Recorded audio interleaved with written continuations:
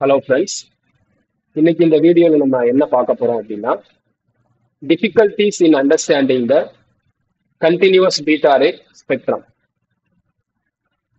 Continuous beta ray ஸ்பெக்ட்ரமை understand பண்றதுல இருக்கக்கூடிய டிஃபிகல்டிஸ், அதை பத்தி தான் நம்ம இந்த வீடியோல பார்க்க போறோம். பொதுவா ஒரு ஆல்பா டிகேயா இருந்தாலும் சரி, பீட்டா டிகேவா இருந்தாலும் சரி, காமா டிகேவா இருந்தாலும் சரி, அது எப்படி நடக்குது அப்படின்னா, ஒரு ரேடியோ ஆக்டிவ் நியூக்ளியஸோட ரெண்டு டிஃபரண்ட் எனர்ஜி ஸ்டேட்ஸ், அந்த ரெண்டு டிஃபரண்ட் எனர்ஜி ஸ்டேட்ஸுக்கு நடுவில் நடக்கிற டிரான்சிஷன் தான் இந்த ரேடியோ ஆக்டிவிட்டி. இப்போ ஒரு ரேடியோ ஆக்டிவ் நியூக்ளியஸ் வந்து ஹையர் எனர்ஜி ஸ்டேட்ல இருக்கு. உதாரணத்துக்கு இது initial energy of the radioactive nucleus, இது final energy of the radioactive nucleus. So இதுல இஐ கிரேட்டர் தென் இஎஃப் இதான் கண்டிஷன்.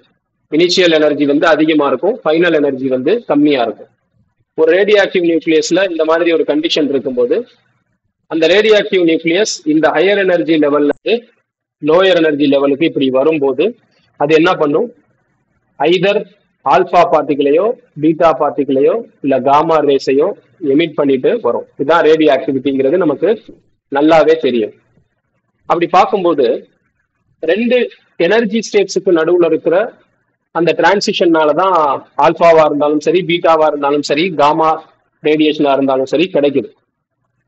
அந்த லாஜிக் படி பார்த்தோம்னா இந்த பீட்டா ரேஸ் கிடைக்குது இல்லையா, இதோட எனர்ஜிஸ் எப்படி இருக்கணும் அப்படின்னா டிஸ்கிரீட்டா தான் இருக்கணும்.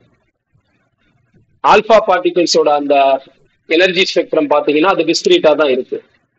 அப்போ அது இந்த லாஜிக் படி ஒத்து போகுது. ஏன்னா டிரான்சிஷன் ரெண்டு டிஃபரெண்ட் எனர்ஜி ஸ்டேட்ஸுக்கு நடுவில் நடக்கும்போது கிடைக்கக்கூடிய அந்த ஆல்பா பார்ட்டிகளோட எனர்ஜிஸ் கண்டினியூஸா வேரி ஆகாம டிஸ்கிரீட்டா தான் வேரி ஆயிருக்கு.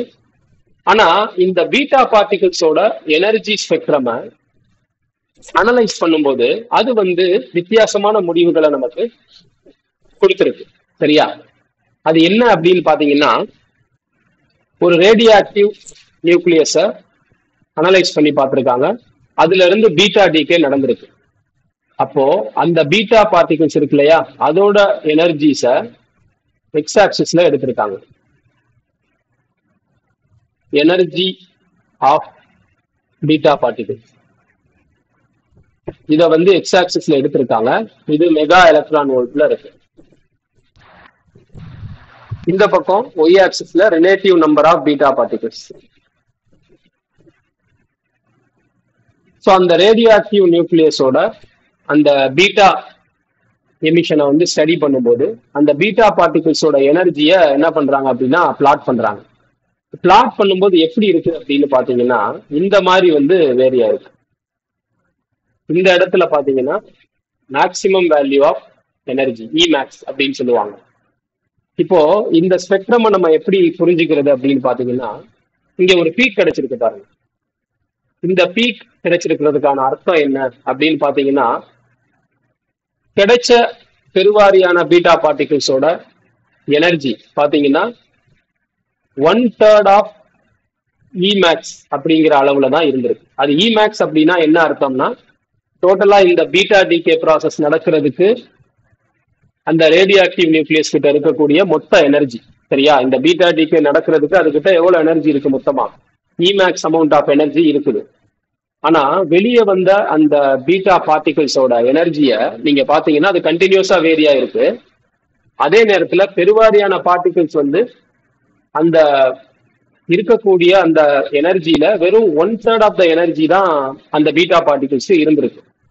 அப்போ மிச்சம் இருக்கக்கூடிய 2/3 ஆஃப் த எனர்ஜி எங்க போச்சு அப்படிங்கிறது ஒரு கேள்விக்குறியா இருந்திருக்குது சயின்டிஸ்டுக்கு. அப்போ இந்த இடத்துல என்ன ஆகுது? எனர்ஜி கன்சர்வேஷன் பிரின்சிபல் வயலேட் ஆகுது இல்லையா? ஏன்னா எனர்ஜியை கிரியேட் பண்ணவோ டெஸ்ட்ராய் பண்ணவோ முடியாது. ஸோ எனர்ஜி கன்சர்வேஷன் பிரின்சிபல் இந்த இடத்துல வயலேட் ஆகுது. ஏன்னா இமேக்ஸ் அமௌண்ட் ஆஃப் எனர்ஜி இருக்கு, அதுல ஒரு பகுதிக்கு தான் இங்க கணக்கு இருக்கு. கணக்குன்னா 1/3 ஆஃப் த அந்த எனர்ஜிக்கு கணக்கு எது? Beta particle. பீட்டா பார்ட்டிகல் வச்சிருக்கு, எதை வச்சிருக்கு? 1/3 ஆஃப் த மேக்சிமம் எனர்ஜியை வச்சிருக்கு. அப்போ மீதி இருக்கக்கூடிய எனர்ஜி எங்கே போச்சு? அதை எக்ஸ்பிளைன் பண்ண முடியலைன்னா எனர்ஜி கன்சர்வேஷன் பிரின்சிபல் வந்து வயலேட் ஆயிடும். ஸோ அதனால வந்து அவங்க எக்ஸ்பிளைன் பண்ண ட்ரை பண்றாங்க. என்ன சொல்றாங்க அப்படின்னா, மிச்சம் இருக்கக்கூடிய இந்த எனர்ஜி காமா ரேஸா வெளியே வந்திருக்கும் அப்படின்னு அவங்க ஒரு அசம்ஷன் பண்றாங்க. காமா ரேஸா வந்து வெளியே வந்திருக்கும். ஸோ அதை வந்து ப்ரூவ் பண்றதுக்காக முயற்சி எடுக்கிறாங்க. முயற்சி எடுக்கும்போது அந்த முயற்சியில அவங்களுக்கு தோல்விதான் கிடைக்குது. காமா ரேடியேஷன்னால அந்த மிச்ச எனர்ஜி வரல அப்படிங்கிறது தெளிவா தெரியுது. அப்போ மிச்சம் இருக்கிற எனர்ஜி எங்கே போச்சு? எனர்ஜி கன்சர்வேஷன் இந்த இடத்துல வயலேட் ஆகுற மாதிரி தெரியுது. ஸோ இது ஒரு டிஃபிகல்ட்டி. இந்த கண்டினியூஸ் பீட்டா ரே ஸ்பெக்ட்ரமை அண்டர்ஸ்டாண்ட் பண்றதுல இது ஒரு டிஃபிகல்ட்டி. ரெண்டாவது டிஃபிகல்ட்டி என்னன்னு பாத்தீங்கன்னா, ரேடியோ ஆக்டிவ் ட்ரிஷியம். இந்த ரேடியோ ஆக்டிவ் ட்ரிஷியம் வந்து பீட்டா பார்ட்டிகளை எமிட் பண்ணிருக்கு. எமிட் பண்ணும்போது பாத்தீங்கன்னா ஸ்பின் வந்து இந்த ட்ரிஷியமை பொறுத்தளவு இதுக்கு ஹாஃப் இன்டகிரல் ஸ்பின். இந்த ஹீலியம் அண்ட் பீட்டா பார்ட்டிகள் ரெண்டுக்கும் சேர்த்து கிடைக்கக்கூடிய ஸ்பின் வந்து 0 அல்லது 1 அப்படின்னு இருக்கும். இப்போ இந்த இடத்துல பாத்தீங்கன்னா லெஃப்ட் சைடு இருக்கக்கூடிய ஸ்பின் வந்து ஹாஃப், ரைட் சைடு இருக்கக்கூடிய டோட்டல் ஸ்பின் இது ரெண்டு பார்ட்டிகளையும் சேர்த்து பாத்தீங்கன்னா 0 அல்லது 1 அப்படின்னு இருக்கு. அப்போ ஸ்பின்னுமே இங்க உங்களுக்கு என்ன ஆகல அப்படின்னா லெஃப்ட் சைடும் ரைட் சைடும் டேலி ஆகல. இப்ப டேலி ஆகாத பட்சத்துல இந்த இடத்துல ஆங்குலர் மொமெண்டம் கன்சர்வேஷன் பிரின்சிபலும் இங்க வந்து என்ன ஆகுது? இங்க வயலேட் ஆகுது. ஆங்குலர் மொமெண்டம் கன்சர்வேஷன் பிரின்சிபலும் இங்க வயலேட் ஆகுது. சரியா? அப்போ இங்க வந்து என்ன ஆயிடுச்சு?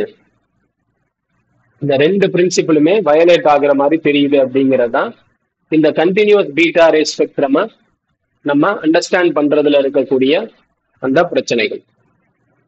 ஸோ இப்போ எப்படி இதை எக்ஸ்பிளைன் பண்ணாங்க?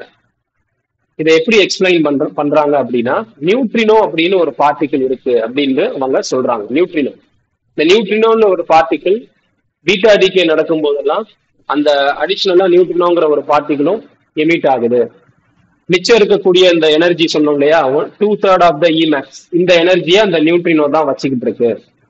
அதே மாதிரி நியூட்ரினோவுக்கு ஒரு ஹாஃப் இன்டகிரல் ஸ்பின்னும் இருக்குது அப்படிங்கிறது அவங்க வந்து அதுக்கப்புறம் என்ன பண்றாங்க அப்படின்னா கண்டுபிடிக்கிறாங்க.